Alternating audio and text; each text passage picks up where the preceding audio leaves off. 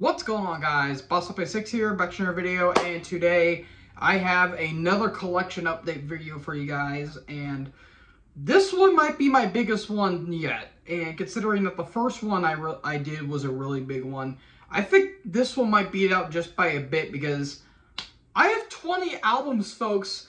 Might be a bit overkill, but I mean, all's fair in love and war, I guess. So I decided to actually kind of save up instead of just going to the record store or buying some albums and just reviewing them there. I decided to kind of save up because I want to give my thoughts on quite the albums that I do have. And some of these I actually listened to for the first time and got some pretty interesting stuff, if I do say so myself. And a couple of these are releases that I have reviewed or I've done a retrospectives of. So yeah, it's going to be a pretty interesting one to do. So yeah, without wasting any time, let's get into these albums. Except self-titled. This is the self-titled debut from these soon-to-be German heavy metal legends. And if you guys have seen my Accept retrospective, kind of humble beginnings for this band. So it's 1979, and they're basically getting their feet in the water, kind of like testing the I guess grounds, if you will, for the for what they're going forward. And as a debut album, it's okay. It's nothing too spectacular. Songs, you know, they're trying to make their name for themselves, and some of these kind of feel like Scorpion songs with a little bit of Van Halen kind of Queen worship in some regards. But there's some good tracks, like Lady Lou's a really good track. Take Him in My Heart's kind of cool. But the last three tracks I really do like. That's Rock and Roll, which feels like a Queen song. Hell Driver's great. And the ending, Street Fighter, is pretty damn good too. The complaints I have with this album, the ballads are really spotty. And the production's very thin on the sound. But then again, they were still kind of trying to make a name for themselves in a way, and they would get better with the albums going forward. So not an ideal start for this band. If I were to start anything with Accept, I would highly recommend Breaker. But you know, this and I'm a Rebel are kind of the starting point for this band. And it's kind of cool to see where they were before they became the metal icons that we all know and love today. And I'll be highly anticipated for their new album coming out, Humanoid. So, yeah, all in all, it's an alright listen, but more of a novelty of sorts. But I'm glad I got another Accept album. So, it's an okay listen, mild recommendation. Alice Cooper, Road. This is the latest studio offering from Alice Cooper's solo career. If I had listened to this album when it came out last year, I will be completely honest, folks, this would have been in my top 15. This album, I would honestly say, is one of Alice's best in terms of his 2000s output, because he started out great in the 2000s when he went industrial with Dragon Town and Brutal Planet. Great albums. And then it got a little spotty from there, like The Eyes of Alice Cooper and Dirty Diamonds especially. Those were not really great. But then, like, Along Came a Spider came around. It was a solid, like, a little bit of a concept album. And then Welcome to My Nightmare 2, and oh boy, you want to talk about an album that just looked no further than that. But then Paranormal came out, which was pretty damn good. And then Detroit Stories came out, which wasn't all that great. And then this album drops, and this album, yeah, it didn't start off all that good with I'm Alice and Welcome to the Show. But when All Over the World hits, it starts getting pretty damn good. But when Dead Doll Dance hit, good God, the riffs on that song are awesome. And this has Kane Roberts, when Alice went to his more metal phase in the 80s, under a very underrated guitarist, Kane Roberts, came in, and he writes some heavy riffs. And Nita Strauss is also on this album as well. And, you know, her writing's a little sketchy, but she's a great guitarist, and even she guitars for Demi Lovato, believe it or not. Yeah, that certainly happened, but, you know, Dead Doe Dance is really good. Go Away is really fun. White Line Frankenstein kicks ass, even though Does sound like Cherry Pie for more, but who cares? I really love the groove of that song, and it even features Tom Morello of Rage Against the Machine. But Big Boots is good. The Big Goodbye, one of the heaviest tracks on here. Road Rats Forever. No More, or 100 More Miles. Magic Bus is a really unique song in a way. It's got more of a western kind of country vibe to it in some regard. It's still really damn good. And Rules Little Road's a very fun song too because it's got that Alice Cooper humor to it, saying just take the money, and if you don't, you'll be dead by the and how do they go? Always take the money, and if you don't do it by the age of 27, you will die. That's pretty funny if you ask me. So Alice still sounds really damn good. I love the production on this album in particular. Like, it kind of has like a bit of a somewhat of a 70s more modern vibe, but it's really damn good. Really, really, really good album here. Again, if I listened to this last year, this would have been in my top 15. Great stuff all around, and one of Alice's best in terms of his modern output. I give this a big recommendation. Anthrax, Volume 8, The Threat Is Real. This is the 8th studio offering from these New York thrash metal legends. Oh boy, oh man, 1998, folks. Let's just say this is probably my least favorite Anthrax album, but when we get to the ranking, you'll understand where I might rank this, but yeah, 1998 was not a good period for especially thrash acts around this time because while you did have that groovier stuff, this is where they were basically in their alternative metal phase. And I mean, look at the back of the album cover. That looks as inspired as this album cover, for God's sakes. I mean, I don't know if y'all can tell because of the reflection, but yeah, that looks pretty bad even by late 90s album art standards. There's only 2 tracks on here to actually really enjoy. The opening track, Crush, and Pieces. Crush is a pretty damn good song. Pretty nice kind of, nice little groove to it. And Pieces I really do enjoy because, if memory serves me correct, it talks about Charlie Benante's nephew, who I believe, I think his apartment caught on fire or he got shot, but the nephew unfortunately passed away.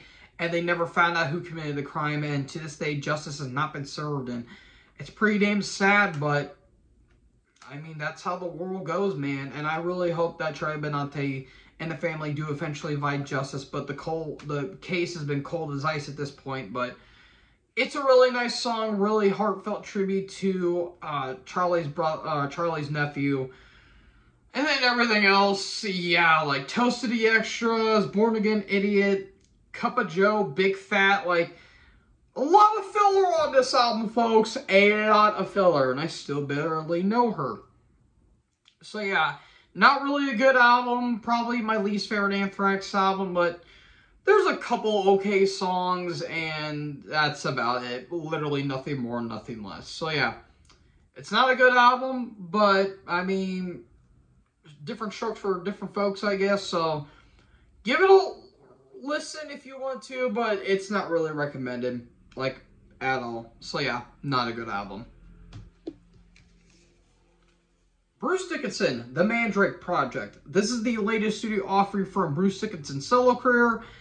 And if you guys have seen my review for this album, it's okay. Literally it. I mean, I enjoy it more than the last 6 Maiden albums that have been put out. But, yeah, it's still not really all that great. Like, there's some decent tracks on here, like the opening track, Afterglow of Ragnarok's cool, Many Doors to Hell, and Mistress of Mercy I really enjoy in particular. But the big problem I have with it is it's too long, man. It's nearly an hour, and there's not a whole lot of stuff that really grabbed me in a way. Like, Rain on the Graves has a very bland chorus. Eternity Has Failed's alright. It's a shorter version of If Eternity Should Fail, which I kind of like this version more than the original version. But there's kind of like some like Black Sabbath kind of bluesy moments on this album, like on Resurrection Man, but it's just meh at most. I bought it because why not, but Yeah, not really a big fan of the album, but it's got some enjoyable moments. But if you want my full opinion, just look at the review I did for this album. So, it's okay, nothing more, nothing less, but yeah, just not really great at all. It's pretty mid if you ask me. Least favorite album of the year, but it's not terrible by any stretch of the imagination. So, form your own opinion, but it's just meh in my opinion. Celtic Frost, Monotheist. This is the 5th and final studio album from the Swedish extreme metal legends. I'm just going to narrow it down there because this band's sound shifts on almost every album they put out.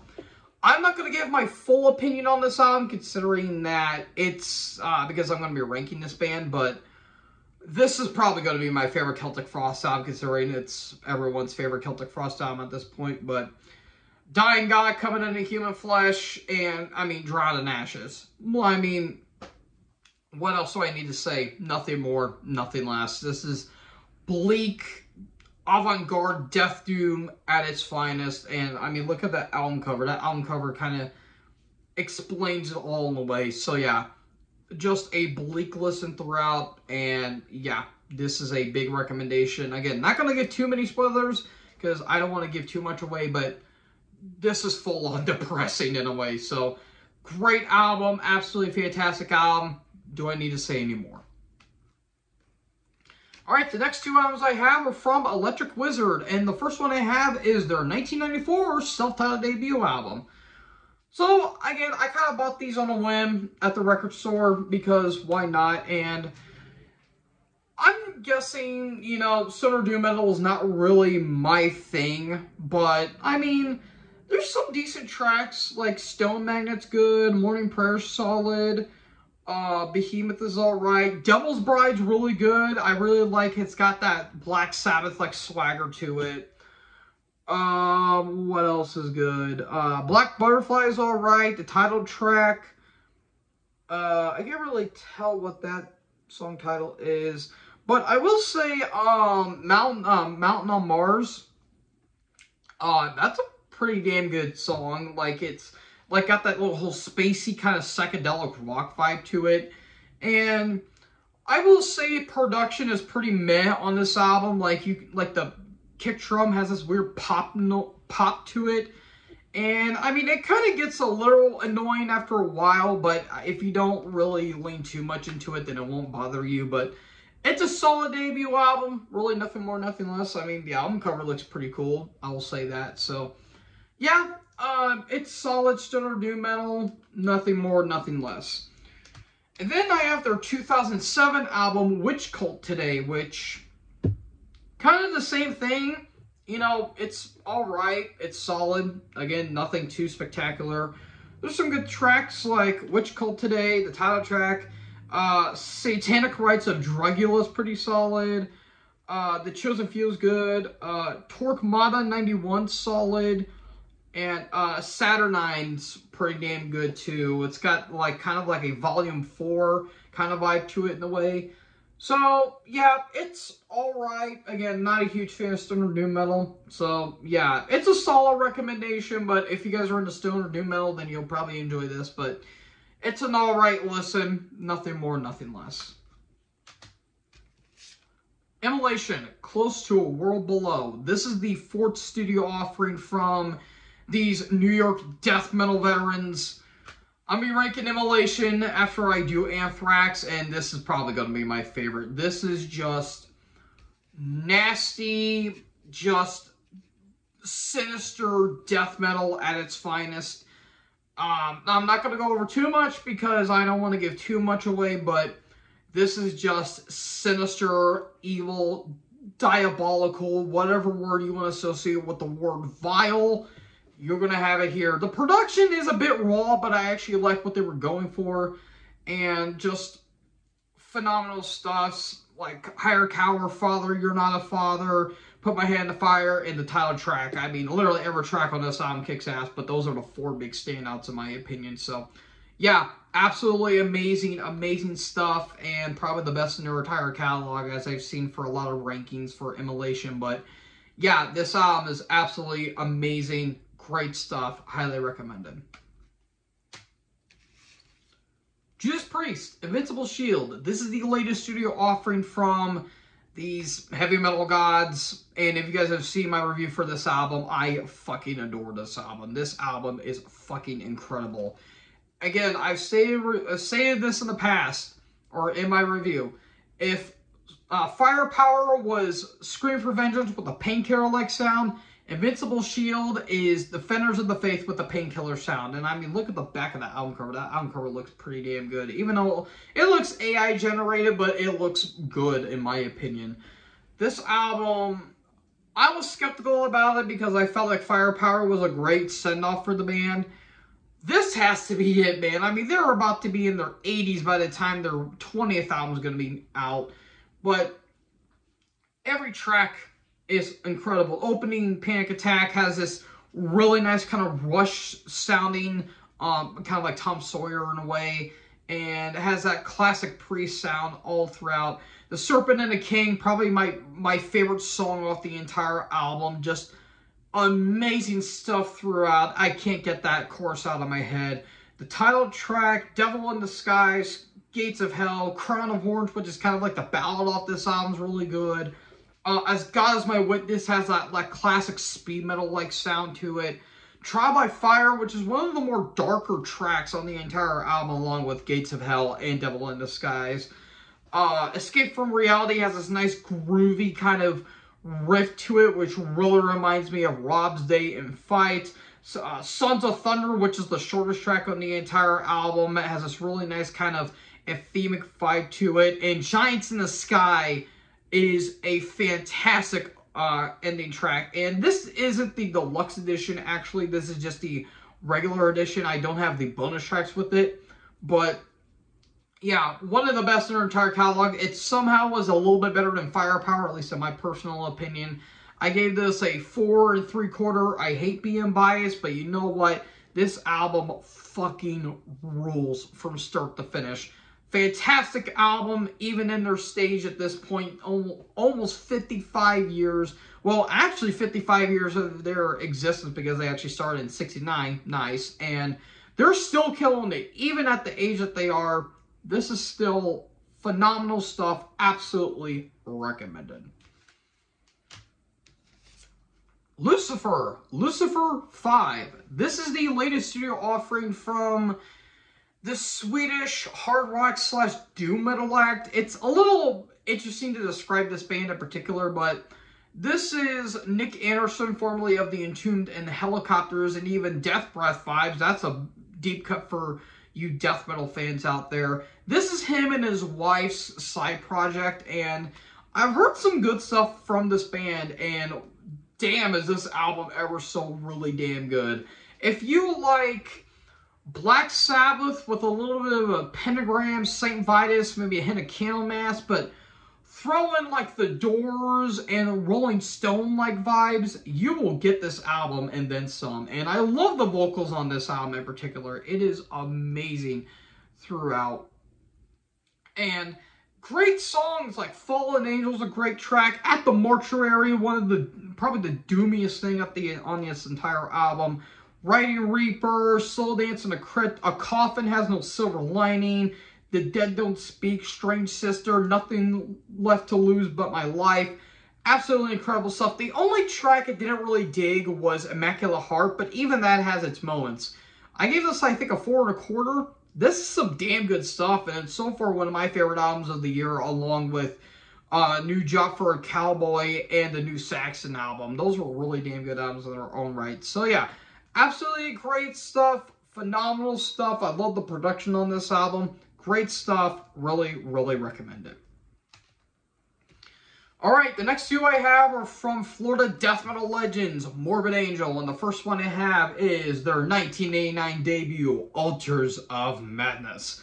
Now, this is actually a 2-disc CD. This actually features the original CD and their Jubilee live album that happened, I think, a couple years afterwards. And do I really need to, or actually no, this is live at Nottingham Rock Festival in '89, so about a couple months after this album. Do I need to talk about this album? It's arguably the best death metal debut of all time. The big thrashy energy on this album that really reminds me of early Death, Slayer, Possessed, maybe a little bit of early Creator thrown in there, but the production is phenomenal. The songwriting is absolutely spectacular. The opening of Immortal Rites is my favorite Morbid Angel song, believe it or not. Suffocation, Visions from the Dark Side, Maze of Torment, Lord of all Fevers and Plagues, Chapel of Ghouls, Damnation, Blasphemy, Evil Spells.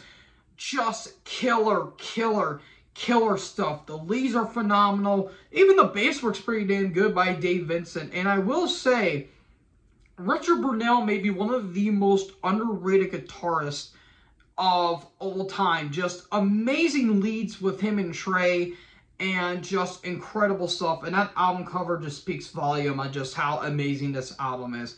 Great debut album. My second favorite, not my second favorite Suffocation album, my second favorite Morbid Angel album in their entire catalog. But this and my number one can literally go back and forth. I really wouldn't be wrong in my opinion. But top-notch death metal mastery right here. Absolutely love this album. But then we fast forward 4 years later into 1993, and they released a beast of an album, 1993's Covenant. Excuse me about that. This is my favorite Morbid Angel album. Again, this and Altars can literally go back and forth. This album fucking rips from start to finish. Literally from the opening track, Rapture, like right out of the gate. And believe it or not, this was on Giant Records, and I think this is the Earache along with Altars of Madness. This is the, I think, Earache reissue, and just amazing stuff. This was produced not only by the band, by Fleming Rasmussen, and it's just absolutely amazing. They went to Morrisound Studio with this as well. And again, they signed to Giant Records, which was a huge move at the time, because normally when a band of this caliber would jump to a major label, you think, oh, they're going to, you know, cash out and make an album for the sake of, you know, that great green instead of actually creative songwriting. They wrote one of the most aggressive sounding death metal albums of the 90s by far, and one of the most aggressive albums in their entire catalog.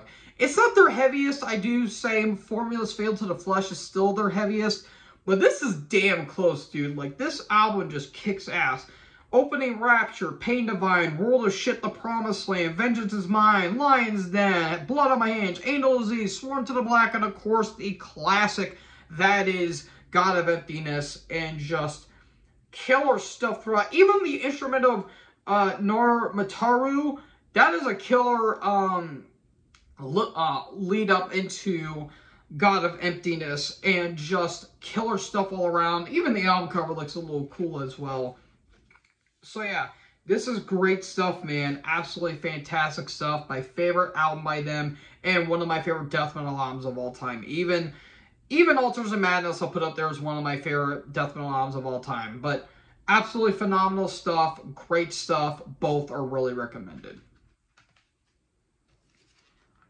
Ozzy Osbourne, Diary of a Madman. This is the not second debut. This is the second album from Ozzy's solo career, and again, I'm not the world's biggest Ozzy solo fan, but I will say this is a damn good album. Like, damn near every track is a hit off this album, like Over the Mountain, Fly High Again, You Can't Kill Rock and Roll, Believer, and of course the title track.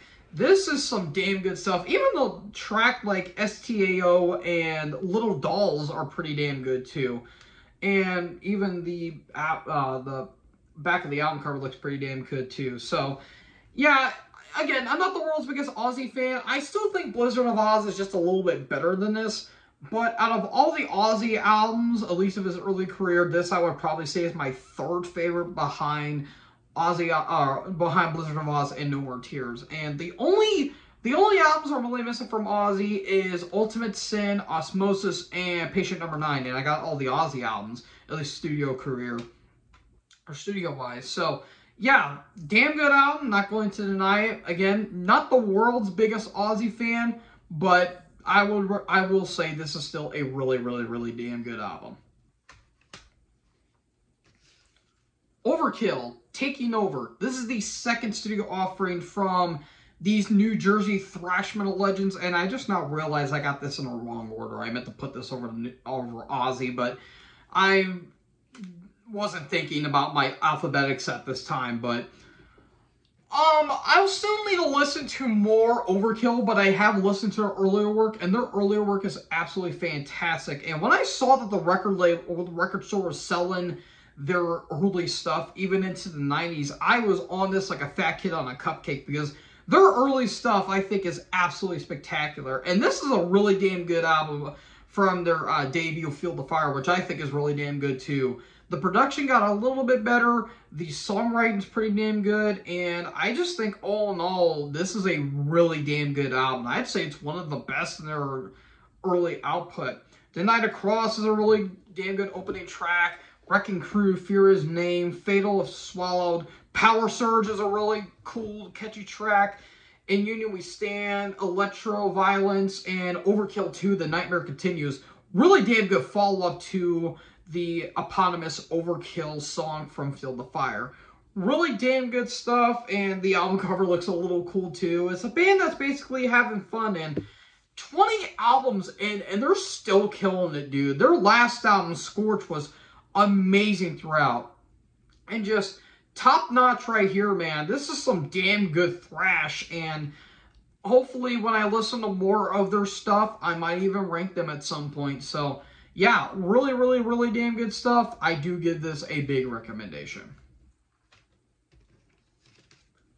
Rob Zombie, The Lunar Ejection Kool-Aid Eclipse Conspiracy. Because why not? This is the latest studio offering from Rob Zombie's solo career. And I'm going to be blunt with everyone here. I'm not the world's biggest Rob Zombie fan, but even I can admit his early stuff I really damn good enjoy. Even his stuff in White Zombie, like Lost Exorcisto, The Devil's Music, was really damn good, and Astral Creep 2000 was a really damn good album as well. But this one is a really different album, even for Zombie standards. Like, we all know Rob Zombie at this point. He adored Alice Cooper, and there was even some like Alice Cooper like tracks on this album, believe it or not. But he's into weird kind of like sci-fi horror, and I'll just be blunt with everyone here. I think we can all agree he is a better songwriter than he is a director. Just look at his movies. But even then, this is all right. This is pretty solid for the most part, but it's a little too odd for my liking. I'm not the biggest industrial fan in the world, but there's some good tracks like The Triumph of King Freak, A Crypto Perversion and Superstition, which was, if memory serves me correct, I think that was the theme for NXT TakeOver, I think Stand and Delivered. I want to say Stand and Delivered because that's when this is when this album was released at that time. I can't fully remember, but I do know that was a really damn good track. The Ballad of the Sleazy Rider is really good. Shadow of the Cemetery Man has some cool moments. And, like, there's some other good songs on here. Like, those Satanic Rites of Blackula is pretty fun. Let's see, Get Loose. Crow Killer Blues is really good. The big problem I mainly have with this album, there's too many interludes on this album, like Hovering Over the Dull Earth. Let's see what else. The Eternal Struggles of the Howling Man, The Much Talk of Metamorphosis, Shower of Stones. I think Serenity of Witches. Like, there's too many like filler tracks and too many interludes. But there's like some kind of like country kind of western vibes on it, like 18th Century Cannibals, Excitable Morlocks, and a one-way ticket on the one-way ticket on the Ghost Train. Yeah, that's Zombie for you. Like, it's kind of a weird kind of western kind of vibe, but it's not bad per se. Again, it's just weird, but it's Zombie for you. It's a solid album in its own right, but I'm not the world's biggest Zombie fan, so it's solid. It's an enjoyable listen, and if you just want to have weird, fun, something to smoke with, looking for this album, and you'll have a fun time. So yeah, I give it a mild recommendation. Alright, the next two albums I have are from one of my favorite bands of all time, Slipknot. And the first one I have is their second album, 2001's Iowa. So this was at a point in the band's career where they were basically butting heads with each other. Drugs and alcohol were taken over by storm, and the band were basically at wits with each other. And a couple of years, I think about a year afterwards, they would kind of break up in a way, but they would get back together at the tail end of 2003 and go on a bit of a run until, you know, Joey Jordison got kicked out of the band and Paul Gray passed. And now they're kind of at a free fall at this point. It's kind of weird to say what the band is doing at this point. So, yeah, this was a very dark period for the band. And to say that this album is dark is an understatement. This is by far the heaviest thing they have done in their entire career. And it's absolutely phenomenal. And I do have the alternative album cover. There's like 3 different versions of the album cover that I have. But this is just brutal stuff. Like the opening 515, which is a little interesting fact, is kind of an area code for Iowa 5150. And the opening is like these screams that actually came from their DJ, Sid Wilson. He was visiting his dying grandfather. When his grandfather passed, he was a blubbery mess. He went to the recording studio and the band was like, just let it all out. And that's basically what he did. And it really fits on the album too, because this album has this very dark tone throughout the entire album. Like on classics like People Equal Shit, Disaster Piece, My Plague, Heretic Anthem, Left Behind, I Am Hated, and especially New Abortion. Like there's this kind of dark vibe on the entire album, but you have this you kind of have some underrated tracks like Everything Ends, Gently, which is the doomiest thing the band's ever done, The Shape, I Am Hated, and Metabolic, which is one of my favorite tracks. The only 2 tracks I really don't care for is Skin Ticket and the title track. Skin Ticket really didn't do anything for me. I like the atmosphere, but the song really didn't do anything for me. It just kind of felt like atmosphere, and that's about it. And same thing goes for the title track. Almost over 15 minutes. Yeah, Chief, that don't do it for me. If it was cut down to maybe 7, I would be okay with it. And I do understand what they were going for. Like, the atmosphere is creepy as all hell, and the screams that Corey is doing, he was actually cutting himself with glass just to feel emotion because he was drugged out of his mind at that point. And I would say Corey's vocals on this album are just hostile as hell. Like, he is just pissed off, but those melodies he puts in are just absolutely incredible. Damn good stuff. Absolutely phenomenal stuff. Highly, highly, highly recommended. And then I have their their latest studio offering. 2020 is the end so far. So this is kind of an end point for the band. Basically, they are off of Roadrunner Records. They've been on that label ever since they formed. And what a way to go out, man. Honestly, really damn good stuff. And when I heard the first couple singles, I was a little anticipated, but my expectations were a little in the middle. And when the opening track, Adderall, kicked in, I felt like the band was taking that because it feels like so much like a Stone Sour song more than a Slipknot song. It's this weird kind of David Bowie-like vibe, and it's a bit weird, but yeah, it didn't really do anything for me. But then when the Dying song, Time to Sing, hit, that was a pretty damn good song. But then the Chapeltown rag, oh my god, it's off to the races. It's just full-on chaos. The production's heavy. And you can understand why, because it was actually produced by Mick Thompson and not Jim Root, that he would typically be doing production. But since Jim is a death metal fan, there's a big death metal kind of tone to it. Same with Iowa. This is the heaviest thing they've done since Iowa, and one of the best they've ever done since Volume 3, in my opinion.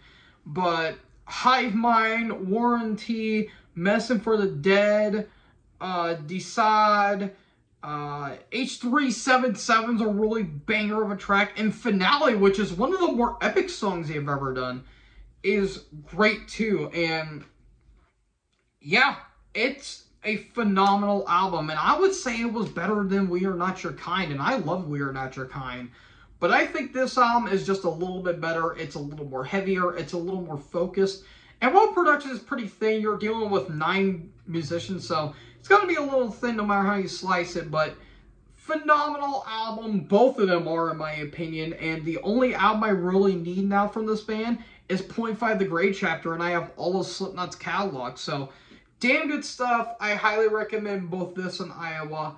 Really, really, really damn good stuff. Tool. I about to say Anima. Lateralis. This is the third studio album from these prog / alternative metal act. It's kind of weird to describe this band in some regard, but this is the follow-up to Anima, which is my favorite album by them.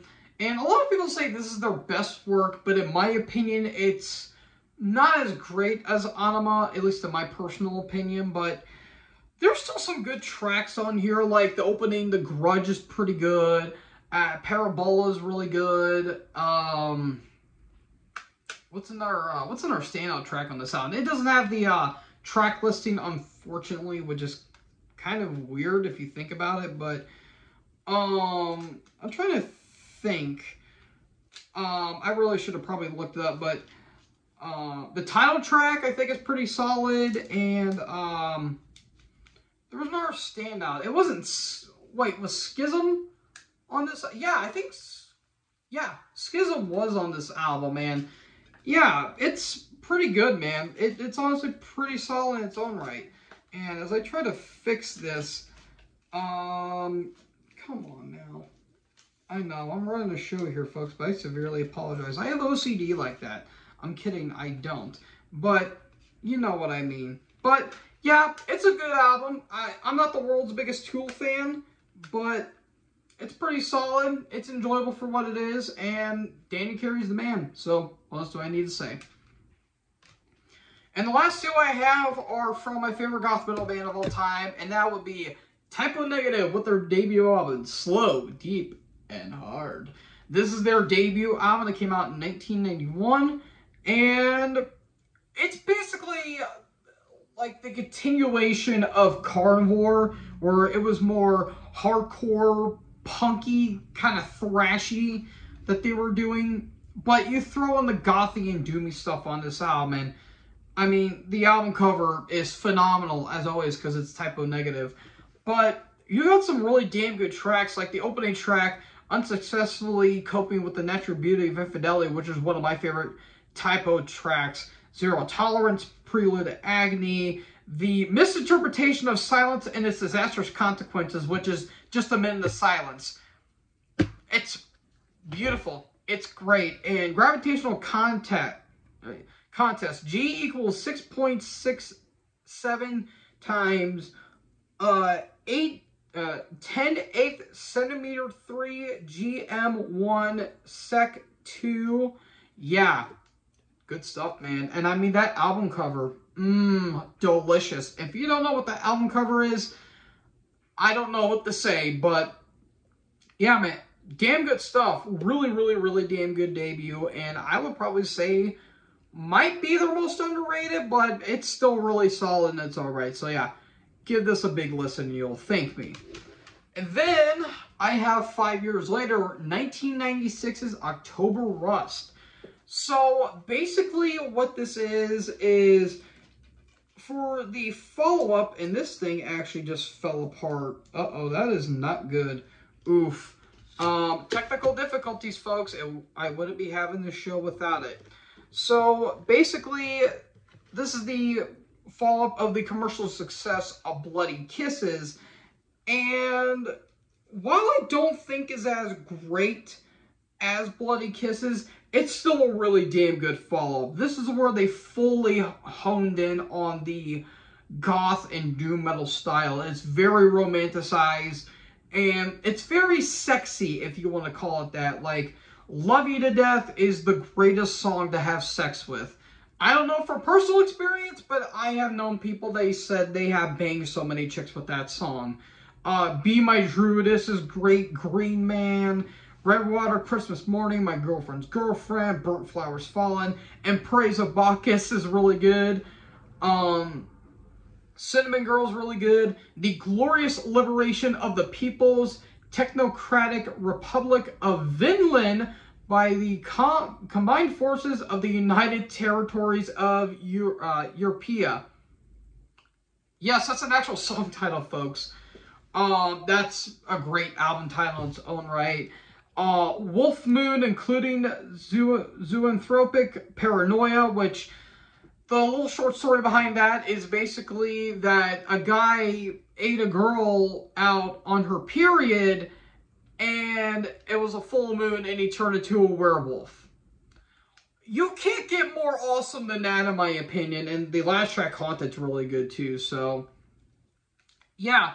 It's not as great as Bloody Kisses, at least in my personal opinion, but it's still a damn good album. It's just, unfortunately, it's stuck between Bloody Kisses and World Coming Down, which is my favorite album by them. But yeah, this is some damn good stuff, man. Absolutely great stuff, and one of the best in their entire catalog. So yeah, big one, and it said it's even a product of Vinland, which is pretty funny because it's typo negative. So yeah, damn good stuff. Both recommended for these albums as a whole. So, folks, that is it for all my 20 albums. This is the longest one I have done yet. And I continue to get in more albums because I don't have a problem, I promise. So, folks, what did you guys think about these albums? Let me know in the comment section below. Make sure you guys leave a like, leave a comment, tap that big red subscribe button, and tap the bell so when I upload, you guys will be notified. Thank you guys so much for watching this video. Most importantly, join the herd. Talk in the next video. Peace out.